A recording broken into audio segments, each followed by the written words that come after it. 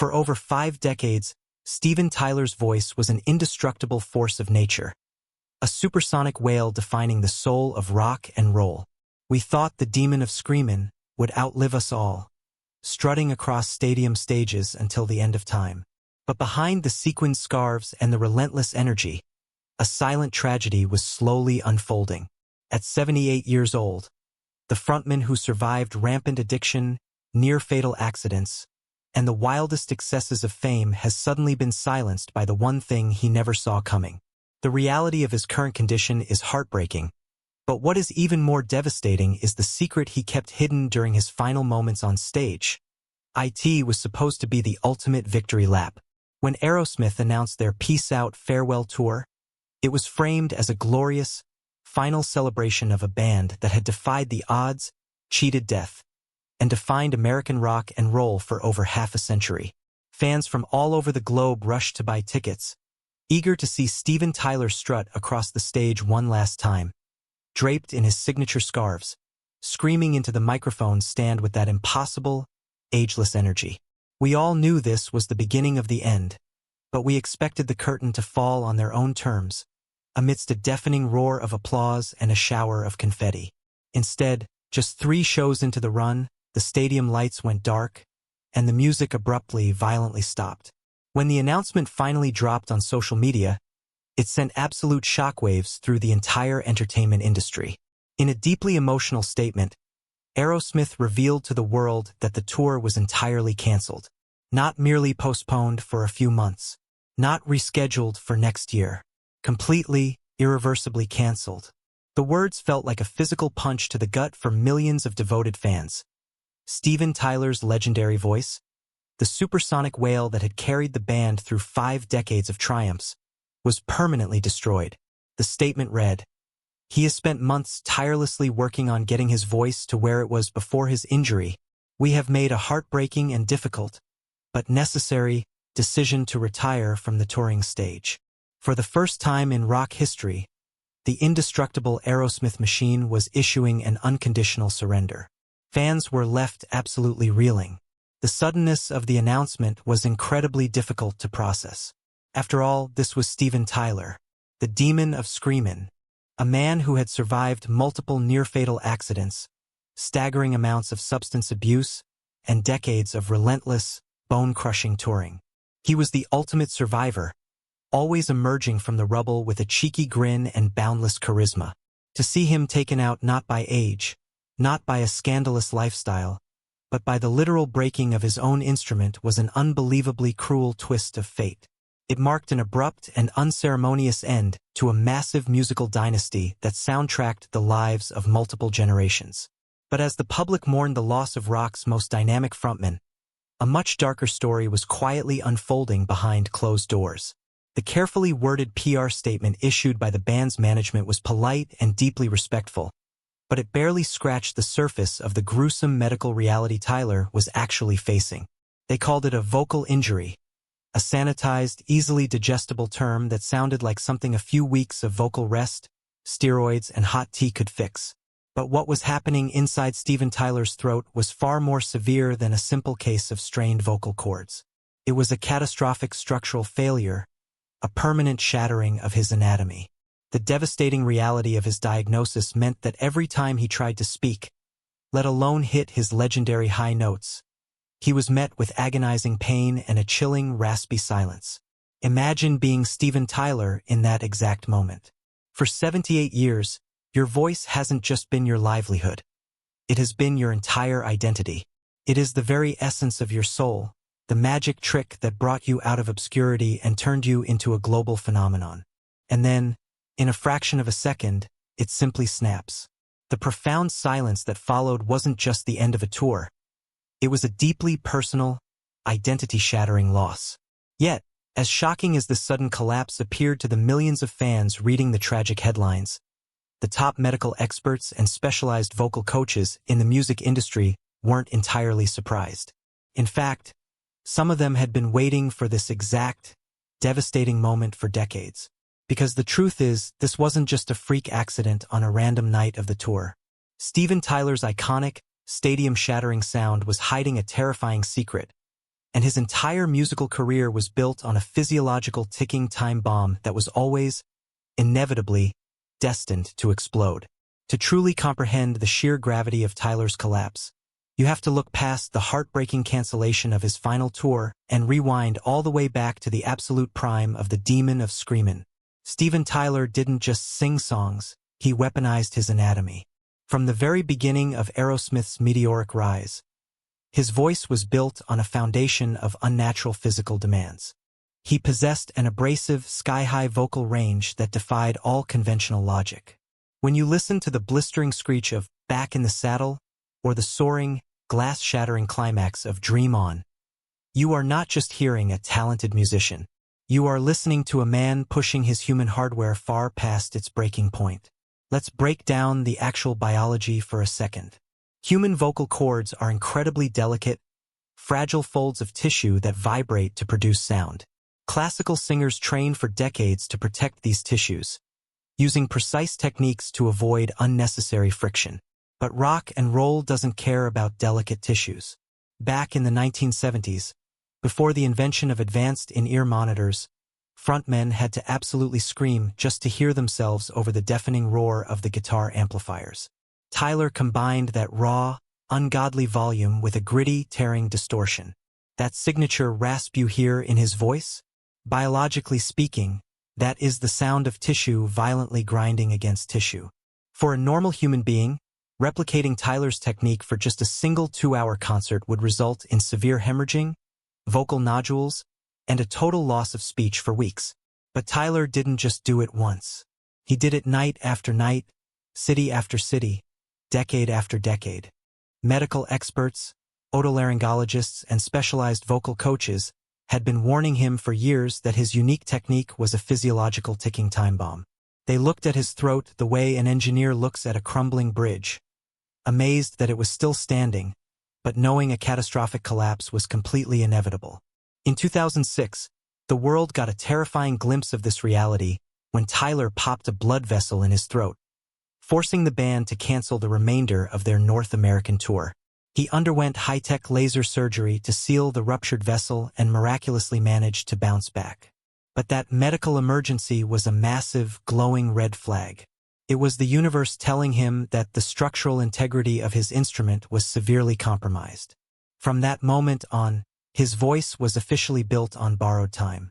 Yet, despite the surgeries and the endless warnings from the top doctors in the world, he just couldn't stop. He was Steven Tyler. The stage was his kingdom, and the crowd's adrenaline was his lifeblood. He continued to subject his vocal cords to a level of nightly abuse that defied medical science. How did he survive it for so long? A combination of freak genetic resilience, absolute sheer willpower, and a relentless dedication to the rock and roll persona he had built. He was willing to sacrifice his own physical comfort to give the fans the supersonic wails they paid to see. But the brutal, mechanical friction tearing up his throat every single night was only one part of a much darker equation. While his vocal cords were desperately crying out for a break, his entire body was being pushed to the absolute edge by a completely different kind of poison. The physical wear and tear of thousands of concerts was undoubtedly destroying his throat, but that mechanical strain actually paled in comparison to the intense chemical warfare he was secretly waging against his own body. Behind the glamorous rock star facade, the non-stop partying, and the platinum records, a deeply destructive shadow was consuming his life. Tyler wasn't just battling the physical limits of human anatomy. He was walking straight into the jaws of a completely different kind of monster. And as the grueling tour schedules of the 1970s raged on, this new, intoxicating demon was about to drag him and his closest bandmate into an era of darkness they would barely survive. If you want to understand the true miracle of Steven Tyler even making it to 78 years old, you have to look back at the era where he was actively, recklessly trying to destroy himself. As the 1970s exploded into a haze of stadium tours and platinum records, Aerosmith was on top of the world. But with unimaginable wealth and unprecedented fame came an all-access pass to the darkest, most lethal vices the entertainment industry had to offer. Tyler, alongside lead guitarist Joe Perry, didn't just dabble in the rock and roll lifestyle. They completely drowned in it. Their consumption reached such a terrifying, legendary peak that the music press officially dubbed them the Toxic Twins. It was a catchy nickname for the magazines, but behind the scenes it was a harrowing reality. They were pushing each other to the absolute brink of death on a daily basis. This wasn't just your standard backstage partying. Tyler's addiction was a bottomless, all-consuming black hole. He later famously admitted that he spent roughly $20 million on narcotics over his lifetime, tragically stating that he essentially snorted half of Peru and blew a fleet of Porsches, private jets, and mansions straight up his nose. The financial ruin was absolutely staggering, but the personal toll was even worse. Tyler's behavior became wildly erratic and deeply destructive. He was collapsing on stage mid-song, forgetting his lyrics, and constantly lashing out at the people who cared about him the most. He alienated his wives, fractured his relationships with his young children, and ultimately drove a massive wedge into Aerosmith itself. By the early 80s, the band had completely imploded. Joe Perry quit, the albums were tanking, and Steven Tyler was left wandering alone in a drug-induced paranoia, a terrifying shadow of the rock god he once was. The situation became so incredibly dire that his family, his management, and his remaining bandmates knew they were watching a man actively dig his own grave. In 1986, they staged a massive, desperate intervention. For Tyler, it felt like the ultimate betrayal in the moment. He was furious, defensive, and deeply terrified. But that forced confrontation ultimately saved his life. He was dragged kicking and screaming into rehab, where he faced a grueling, agonizing detoxification. Stripped of the chemicals that had numbed him for over a decade, Tyler had to confront the raw, unmedicated reality of exactly who he had become. It was a brutal, physically exhausting journey to sobriety, but against all medical odds, he emerged from the darkness completely transformed. When Aerosmith reunited and exploded back onto the charts with their legendary crossover collaboration with Run DMC on Walk This Way, followed by smash hit albums like Permanent Vacation and Pump, it was hailed as the greatest comeback story in rock history. Tyler became the ultimate beacon of rock and roll redemption. He proved to the entire world that even the most far-gone, hopeless addict could rewrite their own story, reclaim their throne, and perform with more energy than ever before, completely sober. For decades, he rode this massive wave of clarity and success, conquering his worst demons and securing his legacy as an indestructible survivor who had successfully cheated death. He had miraculously rewired his mind and saved his soul, but unfortunately, he couldn't rewind the physical clock. His years of absolute sobriety were a monumental triumph, but the compounding physical toll of his reckless past and his violent stage performances was finally coming due. As Tyler aged, his skeleton began to aggressively break down under the weight of 50 years of high-flying acrobatics. And just as he settled into what he thought was a permanent, hard-won peace, a terrifying, intensely familiar ghost from his past was waiting in the shadows, ready to shatter his world all over again. The problem with surviving your wild youth is that eventually your body sends you the bill. As Aerosmith stormed through the 2000s and 2010s, maintaining their status as one of the hardest-working live acts on the planet, Steven Tyler's physical reality began to rapidly deteriorate. The high-kicking, microphone-swinging acrobatics that defined his youth were now causing profound, permanent damage to his skeletal structure. The stage, once his ultimate playground, became a perilous, unforgiving battlefield. The agonizing price of longevity in rock and roll was manifesting in a series of horrifying physical traumas that would have permanently sidelined an average man. In 2009, during a massive concert in South Dakota, the unthinkable happened. While intensely performing Love in an Elevator, the sound system blew out. As Tyler danced backward to entertain the silent crowd, he lost his footing and plunged blindly off the stage. He fell multiple feet, crashing violently onto the unyielding concrete floor of the arena. The impact was sickening. Tyler suffered a badly broken shoulder, severe lacerations to his head, and a heavily fractured collarbone. He had to be airlifted to a hospital, screaming in absolute agony. This horrific fall was just one of many terrifying physical breakdowns he endured during this era. His body was literally shattering in real time. The compounding damage to his legs and joints was especially gruesome. Decades of aggressively stomping across stadium stages in ill-fitting, wildly impractical boots had absolutely destroyed his feet. He developed severe Morton's neuroma, a painfully degenerative nerve condition that felt like he was constantly walking on razor blades. To fix the grotesque deformities in his toes, Tyler was forced to undergo multiple, highly invasive reconstruction surgeries. Doctors literally had to break his bones, grind down his joints, and rebuild his feet from scratch. The recovery process was excruciating, yet the aging rock god faced an unbearable, multi-million-dollar pressure to get back on stage as quickly as possible. The Aerosmith touring machine was a massive corporate entity, employing hundreds of people, and it all relied entirely on Tyler's ability to stand in front of a microphone and scream. This desperate need to perform while living in chronic, blinding physical pain led Tyler straight into an agonizing, terrifyingly familiar trap. To cope with the brutal aftermath of his surgeries, doctors prescribed him heavy painkillers. For an addict who had fought so hard to maintain decades of sobriety, this was the ultimate death sentence.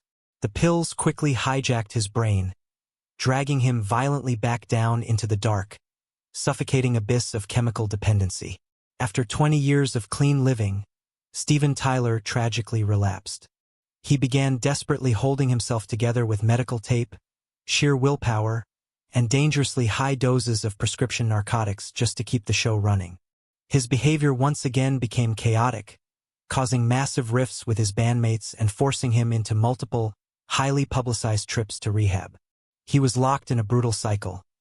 Destroy his body on stage, undergo agonizing surgery, get hooked on the pain medicine, go to rehab to get clean, and then immediately go back on tour to start the destructive process all over again. It was a harrowing, deeply tragic reality for a man who had already fought this war once before. Tyler had absolutely no idea that his fragile, battered body, which had somehow survived the broken bones, the toxic relapses, and the endless surgeries, was quietly preparing to issue one final, uncompromising ultimatum. Amidst the exhausting cycle of physical breakdowns, agonizing surgeries, and highly publicized stints in rehab, Steven Tyler realized he was rapidly running out of second chances. The chaotic glare of stadium spotlights and the deafening roar of millions of fans had dominated his entire existence for over 50 years. But as he moved into his late 60s and early 70s, a profound shift began to occur. Away from the relentless, high-stakes pressure of the music industry, Tyler began quietly dedicating his later years to something entirely different, rebuilding a fractured family dynamic. He was determined to successfully take on the deeply grounding roles of a devoted father and an unconditionally loving grandfather, desperately trying to heal the wounds his past addictions had caused. For years, his relationships with his children had been intensely complicated, heavily scarred by his erratic behavior during the peak of the Toxic Twins era. But as he committed to staying clean, he aggressively pursued forgiveness. His profound, deeply emotional relationship with his eldest daughter, actress Liv Tyler, became a beautiful testament to this massive personal evolution. When Liv was a child, she famously didn't even know Steven was her biological father until she noticed how remarkably similar she looked to his other daughter, Mia. It was a chaotic, unorthodox start to their relationship, but in his later years, Steven moved mountains to become an absolute pillar of support in her life. He became a fixture at her movie premieres, celebrated her successes, and most importantly, became an incredibly present, deeply engaged grandfather to her children. Liv frequently shared heartwarming, behind-the-scenes glimpses of this entirely new version of Steven. The world saw the ferocious Demon of Screamin, transformed into a goofy, affectionate grandpa who would happily crawl on the floor, play silly games, and sing gentle lullabies to his grandchildren. It allowed Tyler to experience a softer, secluded, and beautifully mundane side of life that massive fame and constant touring had long denied him. He wasn't just the eccentric frontman of Aerosmith anymore. He was a deeply cherished patriarch holding his family together. This newfound focus on family provided Tyler with his ultimate grounding force. He had finally discovered a beautiful, highly elusive equilibrium between his massive legacy as a legendary rock god and his quiet, fulfilling life at home. He was successfully maintaining his sobriety, actively cherishing his loved ones, and still managing to give fans incredible performances when he chose to step on stage. It felt as though he had finally defeated all of his demons and was coasting into a well-deserved, incredibly happy twilight era.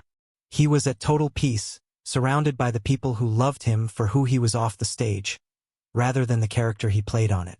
But just as he found this perfect, harmonious balance, a single catastrophic performance was waiting in the wings. An event so devastating that it would instantaneously alter his destiny forever and rip away the one thing he had fought so hard to protect. In late 2023, Aerosmith embarked on the Peace Out tour, billed as the final triumphant goodbye to their massive global fanbase. Tyler had meticulously prepared for the rigorous schedule, ensuring his body was rested. His sobriety was fiercely protected, and his mind was clear. The first two shows were absolute spectacles, proving that even in his 70s, Tyler could still command an arena like no one else on earth. But during the third show in Belmont Park, New York, tragedy struck the stage with absolute, uncompromising brutality. Deep into the set, as he pushed his voice to reach the signature, stratospheric wails that defined his legacy, Tyler's vocal apparatus didn't just strain under the pressure. It literally, violently broke. He managed to somehow finish the concert, masking his agonizing pain with sheer adrenaline and decades of ingrained stagecraft. The audience was entirely oblivious to the catastrophe happening right in front of them. But the moment Tyler stepped off the stage and the adrenaline faded, the horrific reality set in. He couldn't speak. He couldn't swallow without excruciating pain. When he was rushed to an elite team of otolaryngologists, the MRI results revealed a diagnosis far worse than anyone in his camp could have ever imagined. It wasn't just a severe vocal cord hemorrhage or a blown blood vessel like he had suffered in 2006. The doctors discovered a severely fractured larynx. His throat had experienced a devastating physical structural collapse. The cartilage that housed and protected his vocal cords had shattered. It was an injury so rare and so incredibly severe that it is typically only seen in victims of high-impact car crashes or severe blunt force trauma to the neck. For a singer, this wasn't just a career-threatening injury. It was an absolute death sentence for their voice.